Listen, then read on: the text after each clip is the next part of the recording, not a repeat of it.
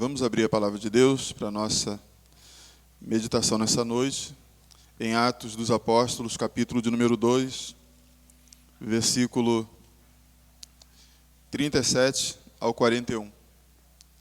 Atos dos Apóstolos, capítulo 2, versículo 37 ao 41. E vamos estar procedendo à leitura de maneira alternada dessa passagem. Atos, capítulo 2, versículo 37 a 41. Ouvindo eles essas coisas, compungiu-se-lhes o coração e perguntaram a Pedro e aos demais apóstolos: que faremos, irmãos?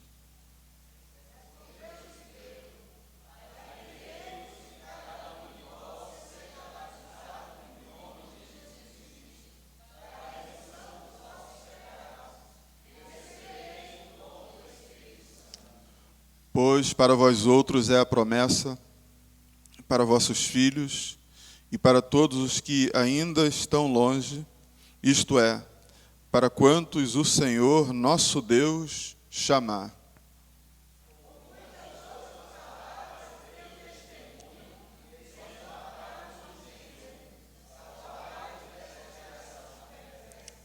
Então os que lhe aceitaram a palavra foram batizados, havendo um acréscimo naquele dia de quase 3.000 pessoas. Amém? Deus abençoe a leitura e a meditação da sua palavra. Já oramos, com o diácono Búgio para que Deus nos ilumine, que o Senhor esteja falando ao nosso coração.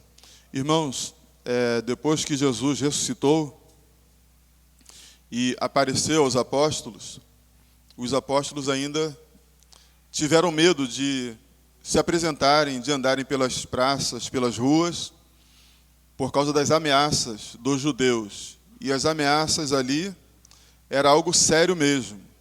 As ameaças dos judeus tinham a ver com perigo de morte. Mas a palavra de Deus nos ensina que depois da festa na festa da semana, chamada também dia de Pentecoste, o Espírito Santo foi derramado ali nos discípulos, nos apóstolos também. E eles, depois disso, depois desse enchimento do Espírito Santo, lembrando que até aquele momento o Espírito não estava dado à igreja, nem dado àqueles que se aliançaram com Cristo ainda, essa promessa se cumpre exatamente no dia de Pentecostes. E depois do cumprimento dessa promessa, os discípulos agora ganham coragem do Senhor para pregar o Evangelho. E aí eles não têm medo mais da morte, eles não têm medo mais das ameaças dos judeus, eles não têm medo de nada. Eles estão agora dispostos a colocarem a sua cabeça, o seu pescoço na guilhotina, se necessário for, para morrer pela causa do Evangelho, morrer pela obra de Deus. O texto que nós lemos nos revela a pregação de Pedro, e uma pregação corajosa. Pedro aqui está diante de uma multidão, após acontecer o fenômeno do derramamento do Espírito, pregando sem medo, pregando sem assombro. E ele está falando aqui para essas multidões, que estão ao alcance da sua voz, a mensagem da salvação. E eu queria meditar com os irmãos nessa noite sobre 4 verdades a respeito desse tema, que é tão pouco falado, nos púlpitos hoje, que é o tema principal da mensagem do Evangelho, que é a salvação do homem, a salvação das pessoas.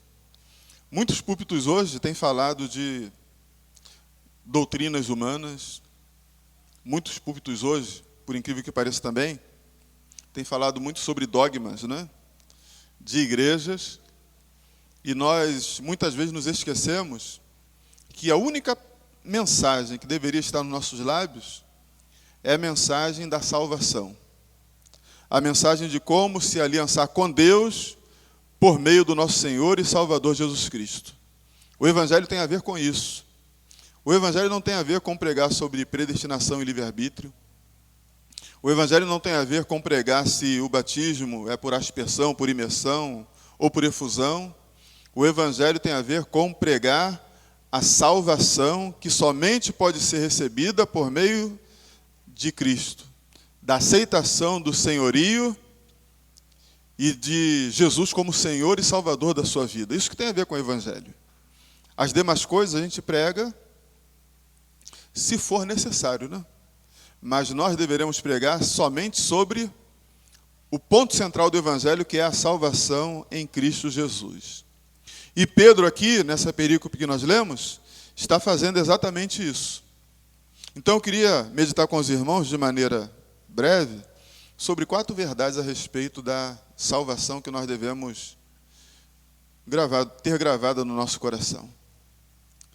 A primeira coisa que a gente tira desse texto é que a salvação ela começa, irmãos, quando o nosso coração está compungido pela palavra de Deus. O texto diz aí, no versículo de número 37, que a multidão, ouvindo o que os apóstolos pregavam, compungiu-se-lhes o coração e perguntaram a Pedro e aos demais apóstolos: que faremos, irmãos? Pedro e os demais apóstolos estavam pregando a palavra penetrou no coração daqueles ouvintes, e a pergunta que eles fizeram para os demais apóstolos e para Pedro foi: que faremos, irmãos? Eles só fizeram essa pergunta porque o coração deles foi tocado pela palavra, e a palavra produziu neles tristeza. O que significa estar compungido, irmão? Significa estar cheio de arrependimento.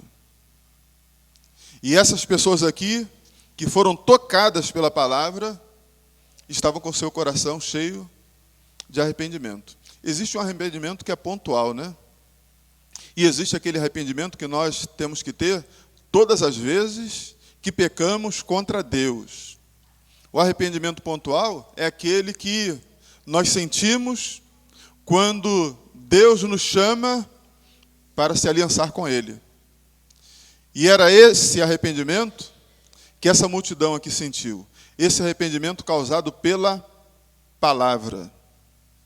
Paulo vai dizer lá em Efésios que quando nós ouvimos a palavra da verdade, o evangelho da nossa salvação, e tendo nele crido, nós somos selados com o Santo Espírito da promessa. Só que essa palavra que nós ouvimos, irmãos, e que nos leva a receber a Cristo como Senhor e Salvador da nossa vida, ela é uma palavra que deve produzir em nós o quê? Tristeza pelos nossos pecados. E o que é pecado? Pecado não é somente errar o alvo. Pecado é tudo aquilo que ofende a santidade de Deus. Você sabia que todo pecado que eu cometo contra o homem, que é a imagem de Deus, eu cometo também contra Deus? Todo pecado, antes de ferir a pessoa, o primeiro a ser ferido é Deus. Então, o arrependimento, ele é essencial. O arrependimento é o sinal de que a palavra de Deus operou no nosso coração e quebrou aquele coração de pedra e transformou num coração de carne. Então, a primeira coisa que nós precisamos entender é que não existe salvação sem arrependimento. E o arrependimento não pode ser da boca para fora. O arrependimento não pode ser apenas um arrependimento mecânico. O arrependimento deve ser promovido pela palavra de Deus, pelo Espírito Santo de Deus. O apóstolo Paulo também, em 2 Coríntios 7,10, vai dizer que existem 2 tipos de tristeza. A tristeza segundo o mundo e a tristeza segundo Deus. Paulo vai dizer que a tristeza segundo o mundo traz pesar, mas a tristeza, segundo Deus, produz arrependimento para a salvação. Então, primeira coisa que nós aprendemos aí a respeito da salvação é que a salvação ela começa quando a palavra de Deus quebranta o nosso coração. Quando o nosso coração se encontra compungido pela palavra de Deus. Quando você recebeu a Cristo, seu coração se sentiu assim? Você de fato já sentiu a dor pelo seu pecado? Em algum momento, quando você peca, o pecado, ele destrói o seu interior a ponto de você sentir uma tristeza profunda e confessá-lo diante de Deus? Isso é para nós pensarmos, irmãos. Nós precisamos entender que salvação e arrependimento caminham juntos, né? Tanto é que Pedro vai dizer, né? Depois da pergunta da multidão, Pedro vai dizer o que esse povo precisa fazer, né? O coração deles já está arrependido. Mas Pedro vai dizer: arrependei-vos e cada um de vós seja batizado. Se o coração deles já estava compungido, o coração deles já estava arrependidos. Então essa é a primeira coisa que nós aprendemos sobre a salvação. A salvação acontece quando o nosso coração se encontra compungido pela palavra de Deus. Esse é o primeiro sinal. Mas existe uma outra coisa que esse texto nos ensina a respeito da salvação. E a outra coisa está escrita aí no versículo de número 38. Diz assim: respondeu-lhes Pedro: arrependei-vos e cada um de vós seja batizado em nome de Jesus Cristo para a remissão dos vossos pecados e recebereis o dom do Espírito Santo. Segunda coisa que nós aprendemos aí é que todo salvo cumpre as ordenanças naturais de Deus e Deus cumpre as sobrenaturais, né? Pedro vai dizer assim: arrependei-vos e cada um de vós seja batizado. Essa é uma ordenança natural. Ele continua dizendo: para a remissão de pecados, e recebereis o dom do Espírito. Essa é a parte de Deus. Então, querido, todo salvo, ele deseja cumprir as ordenanças de Deus. Você já viu aquelas pessoas que dizem crer em Jesus e ficam postergando o seu batismo? Ou tem resistência contra o batismo? Alguma coisa está errada, né? Por quê? Porque toda pessoa que foi tocada realmente pela palavra, que foi salva realmente por Cristo, ela tem o desejo de cumprir as ordenanças de Deus. E uma dessas ordenanças é o batismo. Pedro está dizendo: se vocês se arrependeram de fato, cumpra as ordenanças de Deus, ou seja, sejam batizados. E Deus vai comprovar que vocês receberam o dom do Espírito Santo. Quem tem o Espírito Santo, deseja ou não cumprir as ordenanças de Deus? Deseja. Isso é óbvio. Quem tem o Espírito Santo não se contenta, não se conforma em não cumprir as ordenanças de Deus. E uma dessas ordenanças é o batismo. Na nossa igreja, que é uma igreja reformada, né, nós temos 2 sacramentos. Quais são eles? Quais são eles? Batismo e ceia, né? Quando nós confessamos publicamente o Senhor, o que o pastor faz? Batiza, né? E depois o membro comungante agora vai participar o quê? Da ceia do Senhor. Você sabe que nós vivemos num tempo onde existem igrejas que ensinam que a pessoa pode participar da ceia sem ser batizado. Você pode participar da ceia sem passar pelo rito do batismo. Quando os apóstolos pregaram, A primeira coisa que eles fizeram foi falar sobre o arrependimento e batizar aquelas pessoas. E aquelas pessoas que foram batizadas, se você vê aí no decorrer do livro de Atos, né? Eles participaram depois do quê? Da comunhão e do partir do pão. Eles ceavam juntos. Então uma coisa vem primeiro e a outra vem depois. Hoje nós estamos vendo esse modismo. E sabe por que existe esse modismo, irmãos? Por causa da banalização das coisas santas, das ordenanças de Deus. Eu fui membro de uma igreja onde tinha uma pessoa que queria participar da ceia. E ela não era batizada. E ela queria participar da ceia na marra. E inventava um monte de tese, um monte de antítese, porque queria participar da ceia, e dizia que isso aí era coisa de homem. Não sei que Bíblia ela leu, né? Mas dizia que todo mundo participava, Jesus é bom e todo mundo tem que participar. Infelizmente, a ideia dessa pessoa aí tem se tornado moda em alguns lugares. Existem igrejas que dão a ceia para gente que não é batizada, para gente que não professou a fé publicamente em Cristo Jesus. Mas graças a Deus na nossa igreja não é assim. Amém? Na nossa igreja nós cumprimos os ritos, as ordenanças do Senhor. Então todo batizado, todo salvo, aliás, cumpre as ordenanças naturais e Deus cumpre as sobrenaturais. Deus, ele envia o seu Espírito quando nós cumprimos, né, as suas ordenanças.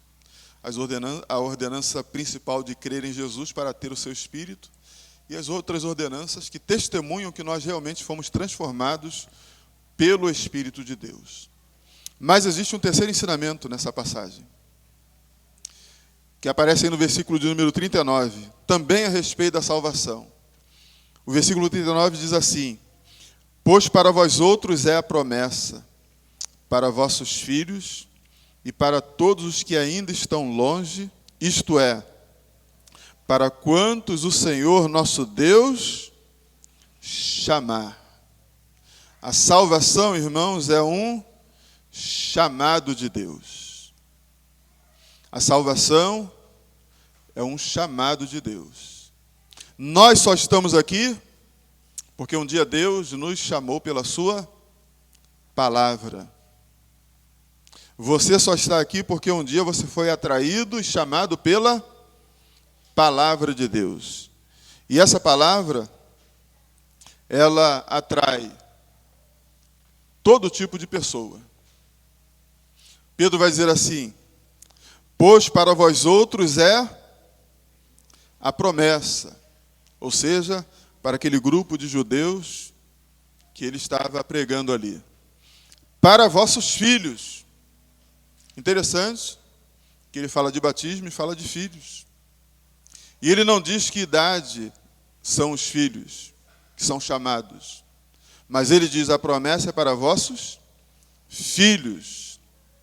E ele continua dizendo: para os que ainda estão longe. Longe aqui pode significar aqueles que não moram em Jerusalém, ou aqueles que estão afastados de Deus, no caso, os gentios. E para todos quantos o Senhor, nosso Deus, chamar. Então a salvação é um chamado de Deus.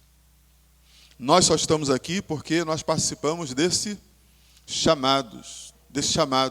Nós dizemos sim quando o Senhor nos chamou. É claro que esse sim, nós só falamos porque o Espírito Santo de Deus nos tocou, transformou o nosso coração, mudou a nossa mente, para que nós venhamos a aceitar esse chamado de Deus. Então, Deus continua chamando através da sua palavra. Continua chamando jovens, continua chamando adultos, continua chamando crianças, continua chamando os seus escolhidos através da sua santa palavra. A salvação, ela é um chamado de Deus. A salvação, irmãos, ela depende do livre-arbítrio de Deus. Mais do que da nossa liberdade. Deus, ele chama quem ele quiser. Aliás, Deus chama os improváveis, né?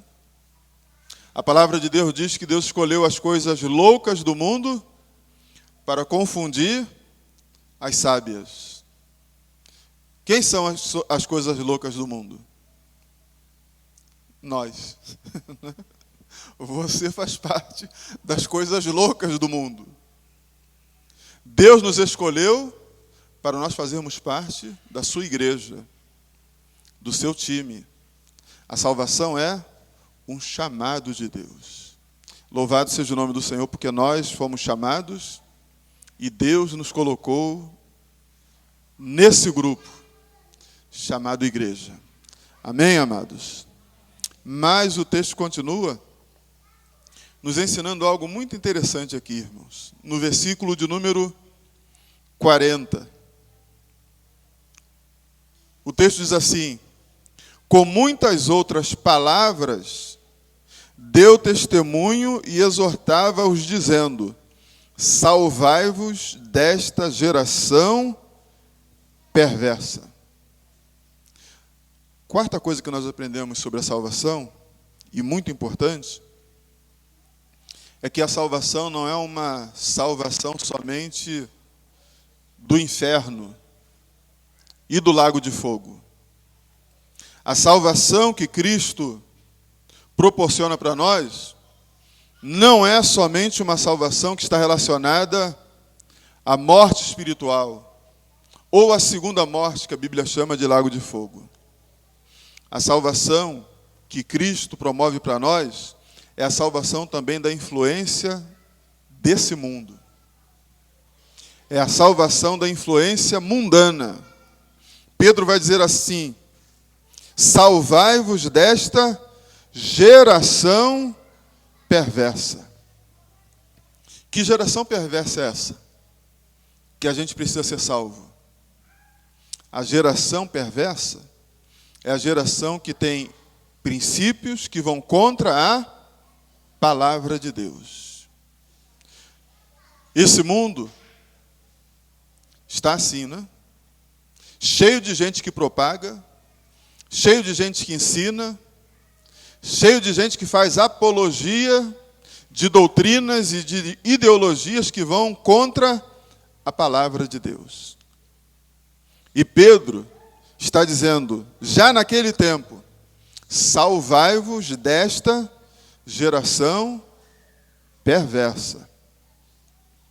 Irmãos, nós estamos vivendo nesse tempo aqui. Quando você ligar a sua televisão, você vai ver a apologia perversa dessa geração.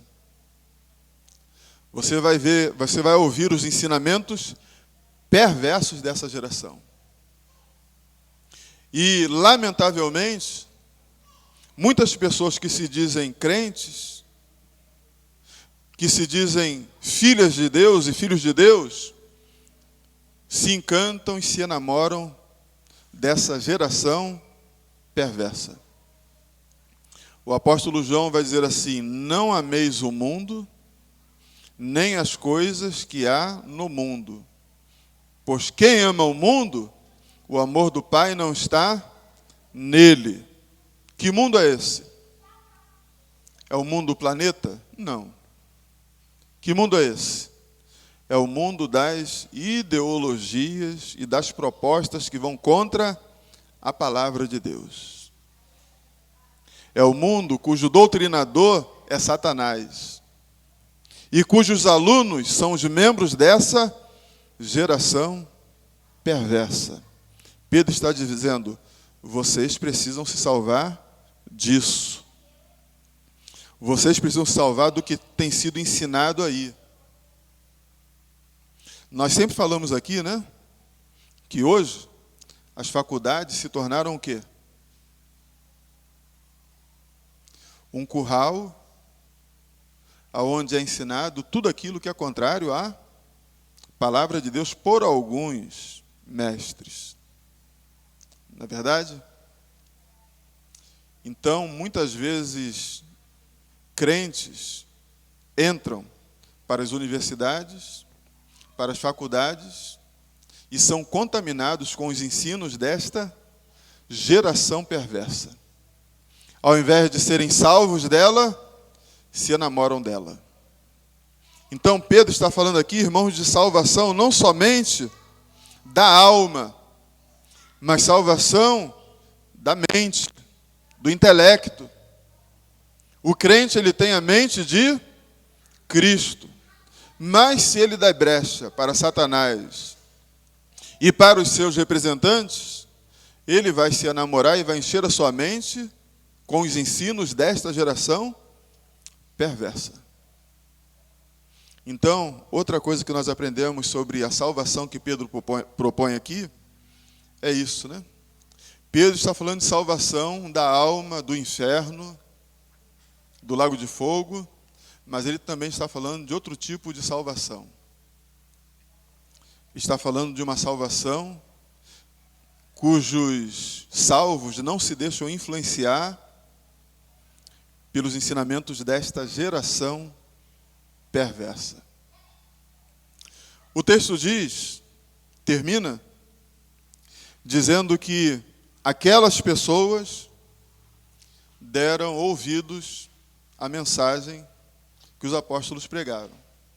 O versículo de número 41 diz assim: então os que lhe aceitaram a palavra foram batizados, cumpriram as ordenanças, claro, né? Havendo um acréscimo naquele dia de quase, quantos? 3.000. Aí a gente conserta aqui o negrito da revista atualizada, né? A revista atualizada diz que foram 3.000. Aí em negrito, está assim na tua Bíblia? Está assim no negrito da tua Bíblia? Em cima do versículo 47, está assim? Mas o texto diz que foram quase. Quase não é 3, né? 2.999 não é 3.000. Então foram quase 3.000. Mas ali havia uma multidão de mais de 3.000 pessoas, né? Mas quem deu crédito à palavra? Somente aqueles que foram realmente chamados por Deus. Somente aqueles que foram chamados por Deus, na verdade, decidiram se livrar dessa influência, da influência da geração perversa. Somente aqueles que foram chamados por Deus compungiram o seu coração, cumpriram as ordenanças. Somente aqueles que foram chamados pelo Senhor. Queridos, que a palavra de Deus habite ricamente em nosso coração e que nós possamos entender que salvação vai muito além de salvar a alma. Salvação tem a ver com salvar-se também, depois de salvo, né? Das contaminações desse mundo, dessa geração perversa. Tem a ver com cumprir as ordenanças de Deus. E tem a ver com se identificar como filho e filha de Deus, chamados de verdade pelo Senhor. Que nós possamos, de fato e de verdade, dar esses sinais aqui. Que nós possamos nos comportar como verdadeiramente sal da terra e luz do mundo. Porque foi para isso que o Senhor nos chamou. Que a palavra de Deus habite ricamente em nosso coração. Amém.